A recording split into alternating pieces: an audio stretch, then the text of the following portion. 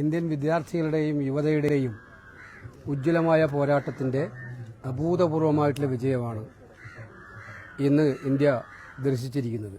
അതോടൊപ്പം തന്നെ ധാർഷ്ട്യത്തിന്റെയും അഹങ്കാരത്തിന്റെയും സമൂർത്ത രൂപമായിട്ട് ഏത് സമരങ്ങളെയും നേരിടാൻ എനിക്ക് ശക്തിയുണ്ട് എന്നുള്ള ധാർഷ്ട്യം കാണിച്ച പ്രധാനമന്ത്രി മുട്ടുമടക്കി പരാജയപ്പെടുന്ന ചിത്രം കൂടിയാണ് ഇത്. കാരണം ഇത് മുൻപേ ചെയ്തിരുന്നെങ്കിൽ ഒരുപാട് ചോര ചിന്തൽ ഒഴിവാക്കാമായിരുന്നു. ഇത് കഴിഞ്ഞ 3 മാസക്കാലം പ്രത്യേകിച്ചായിട്ട് ഇന്ത്യ രാജ്യത്ത് മുഴങ്ങിക്കേൾക്കുന്ന ശബ്ദമാണ് ധർമ്മേന്ദ്ര പ്രധാൻ രാജിവെക്കുക. രാഹുൽ ഗാന്ധിയും കോൺഗ്രസും ഇത് നിരന്തരമായി ആവശ്യപ്പെട്ടുകൊണ്ടിരിക്കുകയാണ്. പരീക്ഷയുടെ വിശ്വാസ്യതയില്ലെങ്കിൽ നമ്മുടെ കുട്ടികളുടെ ഭാവി എന്തായിരിക്കും? രക്ഷകർത്താക്കൾ എന്തിനാണ് ഇവനെ കുട്ടികളെ പഠിപ്പിക്കുന്നത്? ഈ ചോദ്യമാണ് ഇന്ത്യയിൽ അലയടിച്ചത്. 20-ൽ പരം കുട്ടികൾ അവരുടെ സ്വന്തം ജീവൻ ഒടുക്കേണ്ട സാഹചര്യം ഉണ്ടായി. അത് നമ്പറിലല്ല, എണ്ണത്തിലല്ല. ഒരു മഹാരാജ്യത്തിന്റെ കുരുന്നുകളുടെ സ്വപ്നങ്ങളെയാണ് അത് തകർത്തത്.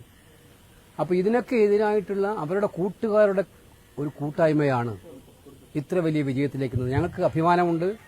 ഇന്ത്യയിലെ കുട്ടികളും യുവതയും നടത്തിയ ഈ പോരാട്ടത്തിൽ അവരുടെ പിന്നിൽ അണിനിരന്നുകൊണ്ട് ഈ പോരാട്ടത്തിന് കരുത്തു പകരുന്നതിൽ ഞങ്ങൾക്ക് ഞങ്ങളുടേതായ സംഭാവന ചെയ്യാൻ കഴിഞ്ഞു എന്നുള്ളത് ഇന്ത്യയിലെ പ്രതിപക്ഷ നേതാവ് രാഹുൽ ഗാന്ധി ഇന്ത്യൻ പ്രധാനമന്ത്രിയുടെ വസതിക്ക് മുന്നിൽ നടത്തിയിരിക്കുന്ന ഉജ്ജ്വലമായ പോരാട്ടം എംപിമാരെയും കൊണ്ടുള്ള എല്ലാ ചട്ടവട്ടങ്ങളെയും സുരക്ഷാ ക്രമങ്ങളെയും എല്ലാം പാറ്റിൽ പറത്തി സ്വന്തം ജീവൻ എന്തു പറ്റിയാലും ഈ കുട്ടികളുടെ ന്യായമായ ആവശ്യങ്ങൾ നടത്തപ്പെടണം എന്നുള്ള ചിന്താഗതിയോട് നടത്തിയ പോരാട്ടത്തിന്റെ വിജയമാണ്.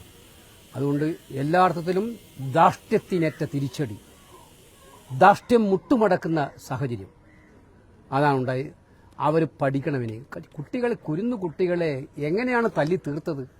നിങ്ങളെല്ലാം റിപ്പോർട്ട് ചെയ്തതല്ലേ? പെൺകുട്ടികളോട് എങ്ങനെയാണ് പോലീസുകാർ പെരുമാറിയത്? ഇവരാണ് ഈ രാജ്യത്ത് ഏറ്റവും വലിയ ജനാധിപത്യം പറയുന്നുകൊണ്ടിരിക്കുന്ന ആളുകൾ.